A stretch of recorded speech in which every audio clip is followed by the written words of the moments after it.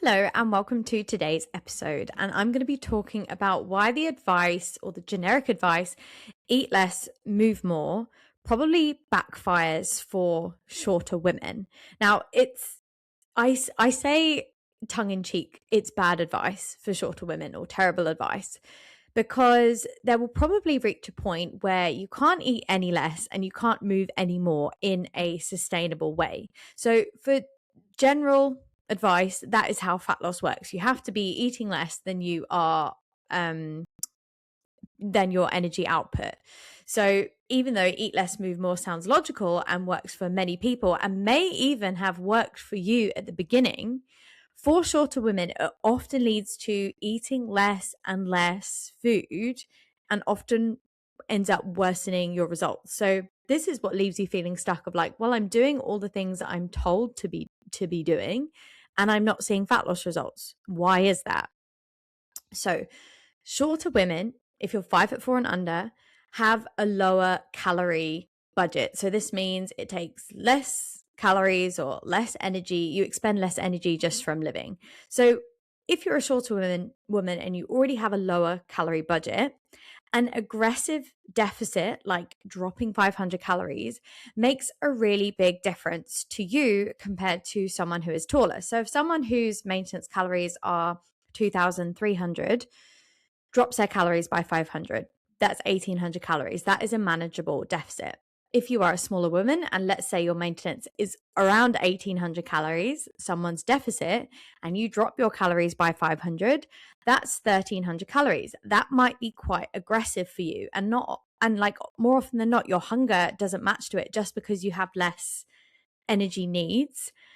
So that's the first thing to remember. And when people think about eating less, they tend to be so focused on calories that they stop thinking about the structure of the meal for satiety. So things like protein, fiber, volume, satisfaction. And these are all things that I work on with my clients. And it's one of the biggest areas that I look at. I want my clients feeling full on their deficit calories. And that is possible when you structure your meal properly.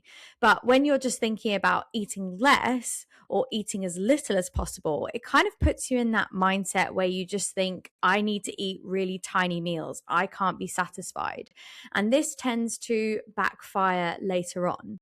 And when you think about move more, yes, I do speak to my clients about moving their body more on a day-to-day basis, in a general daily movement way. But this advice often gets misconstrued as, okay, I need to do more classes, more cardio. I need to be going to killer workouts and burning as many calories as possible.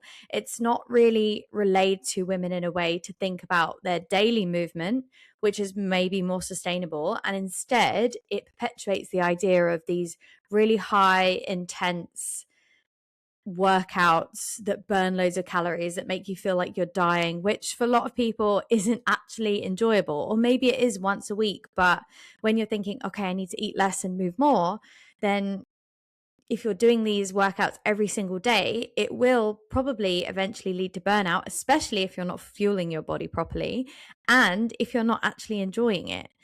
And when we think about eating less and moving more, it's going to backfire because you're already eating fewer calories. To drop that even more will likely lead to overeating later on in the day or potentially at the weekend. It might be something, I can eat these low calories for 4 or 5 days. And then as soon as the weekend hits, it's a time where you tend to overeat.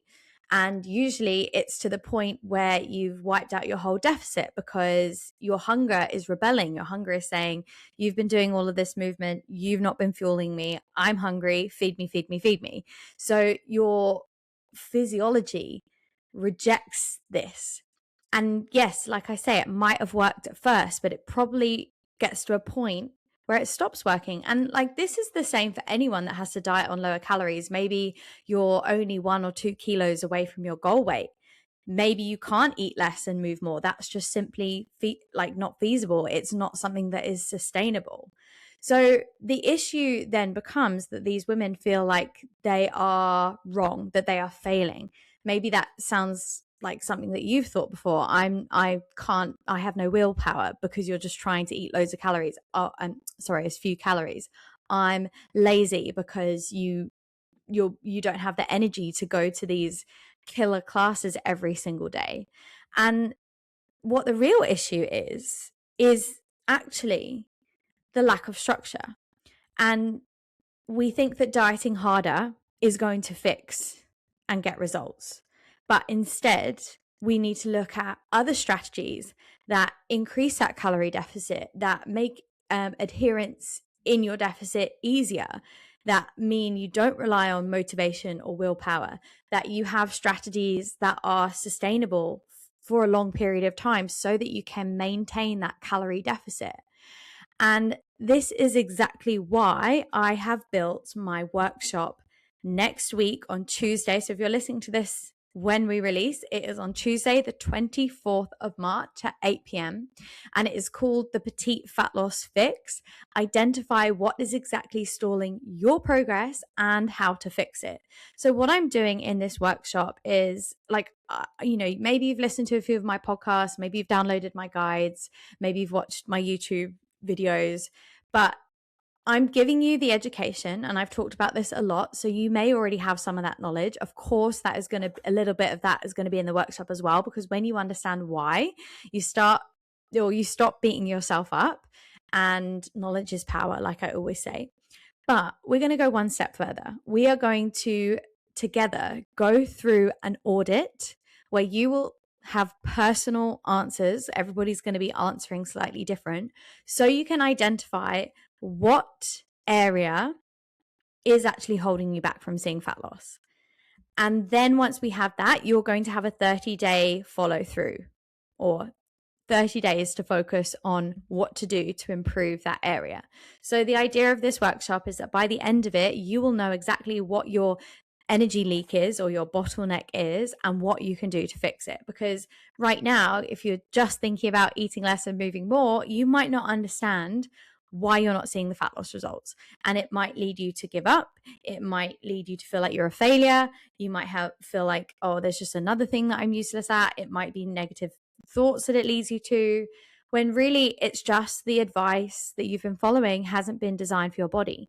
And that's what I want to do with all of my coaching, really, is to help shorter women, or anyone who has to diet on lower calories, understand what works for them and the strategies that you need to have in place. So if you come live to this workshop, not only will we go through the audit together, but after the audit, if you've been there live, I will personally message you with a deeper response to your scores and give you further feedback so that you feel more confident on what you need to do over the next month.